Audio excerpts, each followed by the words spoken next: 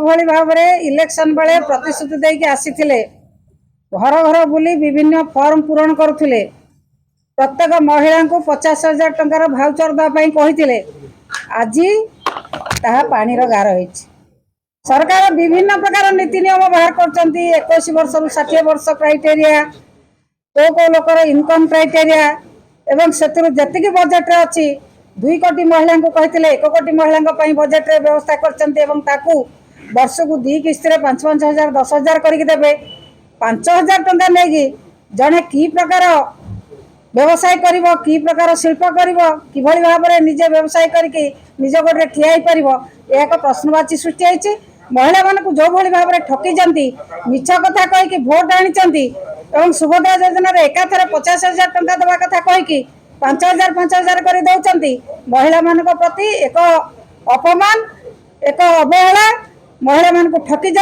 महिला माने निश्चित भाव में यार उत्तर देवे। विजु जनता दल सरकार जिते थिले महिला मान को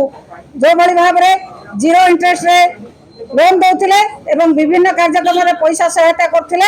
आज ये सरकार से कार्यक्रम को बदलाई जो भली भाव में मिछ प्रतिश्रुति दे सरकार को आसी महिला मान को प्रताड़ना कर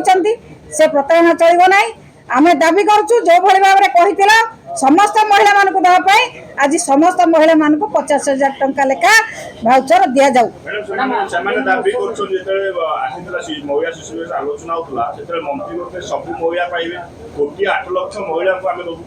सब महिला कौन महिला संख्या 1,08,00,000 ओडिशा रे महिला संख्या तो 1,08,00,000 नुहे महिला संख्या 2 कोटी उठा तेणु से महिला समस्त महिला को दिया आम तो दाबी कर समस्त महिला को दि जाऊ पुणी एत प्रकार क्राइटेरिया कहीं रखा जा 21 वर्ष 60 वर्ष इनकम क्राइटेरिया एत कथा कहीं रखा जा समस्त महिला मान को एकाथर 50,000 टंका लेखा देवाई आम तो से कथा दाबी कर से कथा करूना कहीं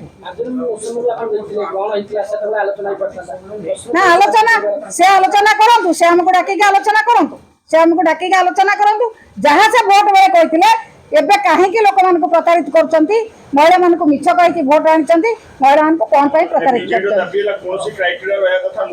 ना जहाँ से कहते